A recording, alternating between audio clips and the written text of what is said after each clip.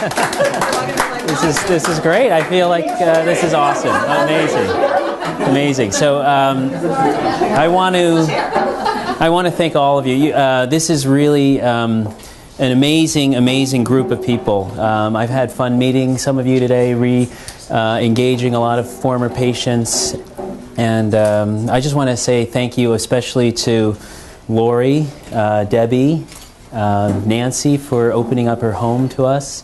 My sister is over there, Melinda. She helped out because some last minute changes and things like that. But really, thank you to all of you guys, because I always tell people I'm the luckiest surgeon in the world because I have the most fascinating patients.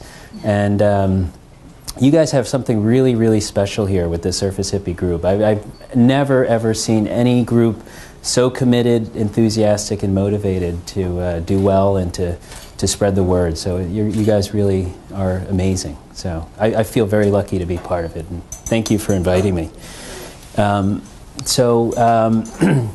I put together a totally new talk, and it's entitled Hip Resurfacing, Everything You Wanted to and Maybe You Didn't Want to Know. It's about 45 minutes, so if we have time and we get through it, we'll take questions at the end, but if you guys start nodding off, I'll cut it short, because I could keep going all day. So I have a consulting arrangement with Smith & Nephew. I think you all are aware that they manufacture the Birmingham hip resurfacing, so they do pay me to train other surgeons for the Birmingham, and they've supported some research. So obviously that's a disclosure that I want you all to realize. Of course, we need to remember why we're all here. And as much as all of you are motivated, passionate, and enthusiastic, Vicki was even more so, and all of you know that, and I certainly don't have to remind you of that, but she was an amazing woman, and it's really shocking how quickly things have changed, and it's a really big loss that we're feeling. And I wouldn't have met a lot of you if it weren't for you, for her, and certainly I don't think there would be gatherings like this, and she was an incredible organizer, so I hope that continues. And she really was a true champion of hip resurfacing. She could talk about hip resurfacing with surgeons all day and loved it and did it day and night, and she was really amazing. So she's sorely missed. Okay, so when I put this talk together, I wanted to do it in dedication of Vicki, so I really wanted it to be complete, and I apologize if it's redundant for some of you who have already had surgery, but I wanted to kind of go from the beginning to the end and take questions and address everything. So I want to make sure we address these questions. A lot of people ask, if you haven't had surgery, when should I have surgery? What type of surgery should I have? Why don't all surgeons perform hip resurfacing? Hip resurfacing versus total hip replacement. What's the history, the benefits, the risks, and what are the results? What about women in resurfacing? So, that's been in the media recently, and I want to make sure we spend some time on that, and of course talk about some of the negative press that's happened recently, and what's in store for the future. So a lot of ground to cover, so we should be able to get through all of that. So the hip joint is an amazing joint. It's my favorite joint, and it's really, our evolution of understanding has gone from thinking that it's just a simple ball and socket to realizing it's not just a ball and socket with bone and cartilage, but it's got the labrum, it's got the ligaments, you have all the muscles around it.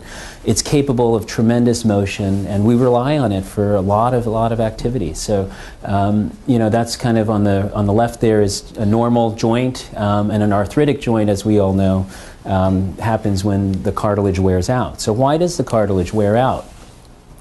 On an X-ray is really the first thing to start with in evaluating the hip joint. Here on the left you can see a normally formed hip joint with a cartilage space between the ball and the socket, and when that goes bad you develop bone spurs, you have bone-on-bone contact, and you see limitations from those spurs that form. Your body recognizes that it's an abnormal situation. It tries to stabilize the joint, and it creates blockages to movement to try to make it stiff, basically. And that's what happens, and a lot of people experience stiffness. Causes of arthritis, I think we all realize it's multifactorial. It's not only our genetics, but it's our activity, our weight, and it's also a mechanical relationship of the ball and the socket. So it's altered anatomy having to do with the shape of bones. I think we realize now that probably 80% of arthritis stems from mechanical alterations in the joint, such as femoroacetabular impingement, which is the most common cause in males, and dysplasia, which is a shallow hip socket, which is the most common cause in females. Childhood disorders such as leg calvé-perthes, slip capital femoral epiphysis make up the rest of those. Of course, trauma can be an inciting event, damage to the joint, whether it's fracture that causes misalignment of the joint or actually direct cartilage damage, and also avascular necrosis. So these are all the things that make up the spectrum of the reasons why people have arthritis. So you could see here with altered anatomy, here on the left is what we would call an aspherical head. The ball is not round anymore, and basically instead of having a round ball, you have that.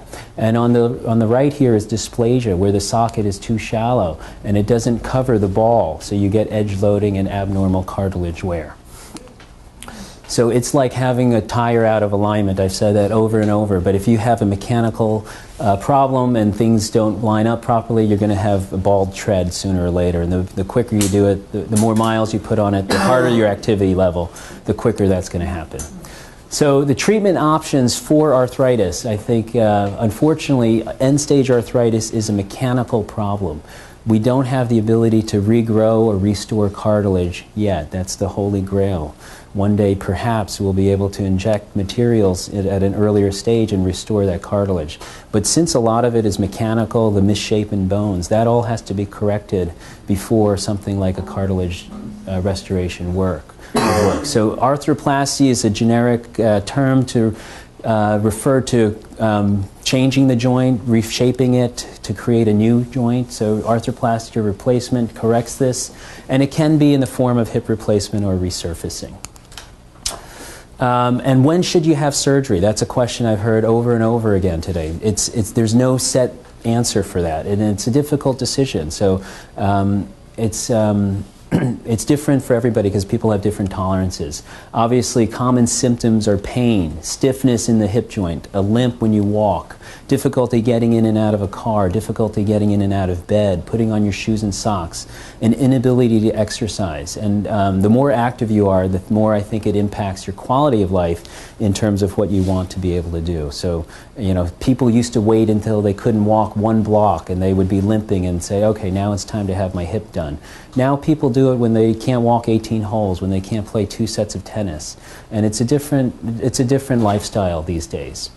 So in some way it has to impact your quality of life on a daily basis, and then I would say it's time to think about it.